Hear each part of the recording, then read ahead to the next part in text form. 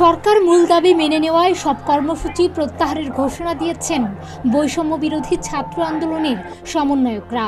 রবিবার রাতে ডিবি অফিসে আলোচনা শেষে এক ভিডিও বার্তায় এই ঘোষণা দেন আন্দোলনের অন্যতম সমন্বয়ক নাহিদ ইসলাম। এ সময় সহিংসতা ও অনাকাঙ্ক্ষিত ঘটনার নিন্দা জানিয়ে তদন্ত করে বিচারের দাবি এবং সুষ্ঠু পরিবেশ নিশ্চিত করে সব শিক্ষা প্রতিষ্ঠান দ্রুত খুলে দেওয়ার আহ্বানও জানান তিনি। নাহিদ ইসলাম বলেন, কোটা সংস্কার আন্দোলন ও তার প্রেক্ষিতে উদ্ভূত পরিস্থিতিতে অনেকে অপ্রত্যাশিতভাবে আহত এবং নিহত হয়েছেন। তাছাড়া রাষ্ট্রীয় স্থাপনায় অগ্নিসংযোগ সহ নানা সহিংস ঘটনা ঘটেছে।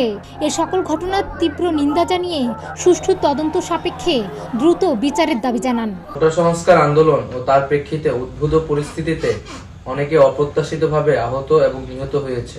তাছাড়া রাষ্ট্রীয় স্থাপনায় অগ্নিসংযোগ সহ নানা সহিংস ঘটনা ঘটেছে। আমরা এই সকল অনাকাঙ্ক্ষিত ঘটনার তীব্র নিন্দা জানাই এবং সুষ্ঠু তদন্ত সাপেক্ষে দ্রুত বিচারের দাবি জানাচ্ছি। আমাদের প্রধান দাবি ছিল কোটার যৌক্তিক সংস্কার, যা ইতিমধ্যে সরকার পূরণ করেছেন। তিনি বলেন, তাদের প্রধান দাবি ছিল কোটার যৌক্তিক সংস্কার, যা ইতিমধ্যে সরকার পূরণ করেছে।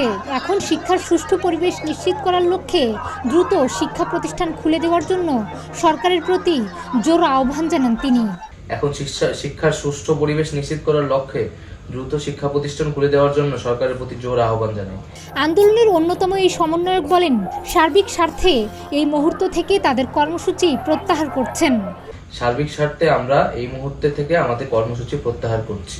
লিখিত বার্তায় স্বাক্ষর করেন আন্দোলনের সমন্বয়ক মোহাম্মদ নাহিদ ইসলাম, সার্জিস আলম, হাসনাত আবদুল্লাহ, মোহাম্মদ আবু বাকের, আসিফ মাহমুদ, নুসরাত তাবাসসুম। এর আগে গত শুক্র ও শনিবার এই 6 সমন্বয়ককে হেফাজতে নেয় ঢাকা মহানগর গোয়েন্দা পুলিশ ডিবি। কোটা নিয়ে 2018 সালের পরিপত্র বাতিল করে হাইকোর্ট।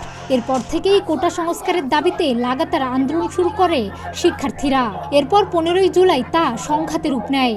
16 জুলাই থেকে আন্দোলনকে কেন্দ্র করে ঢাকাসহ দেশের বিভিন্ন জায়গায় হামলা, সংঘর্ষ, সহিংসতা, ভাঙচুর, অগ্নিসংযোগ ও হতাহতের ঘটনা ঘটে।